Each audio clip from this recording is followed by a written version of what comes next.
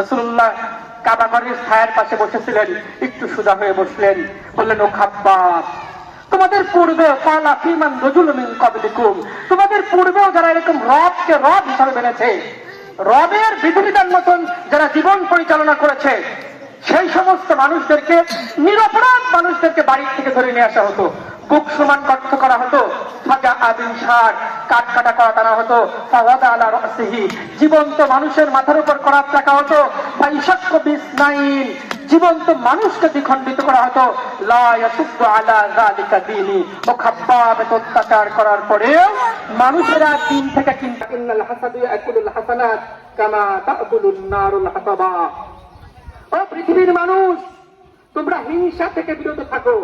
আমরা তো প্রচন্ড আকারে একজনের সাথে একজনের হিংসা লেগেই থাকে, তাই না?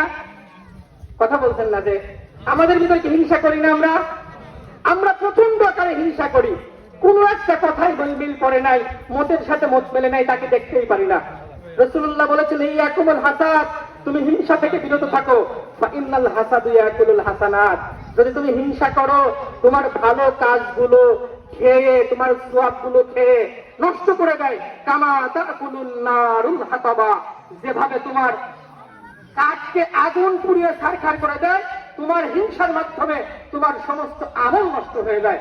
সম্মানিত উপস্থিতি, রমজান মাসের শিক্ষা দ্বারা আমরা হিংসা করব না মানুষের সঙ্গে। রাজি আছেন তো ইনশাআল্লাহ?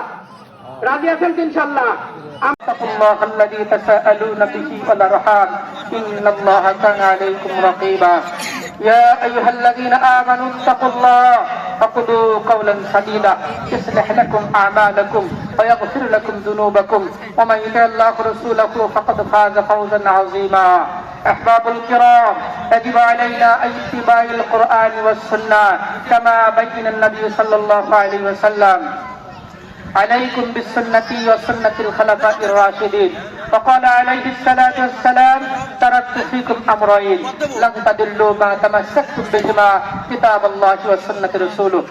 أيها الحاضرون، اعملوا عملا صالحا واجتنبوا قول الزور والفاحشة. أيها الحاضرون، يجب علينا أن أداء الصلاة، لأن الصلاة تنهى الناس عن الفحشاء والمنكر كما بين الله سبحانه وتعالى في القرآن الكريم: إن الصلاة تنهى عن الفحشاء والمنكر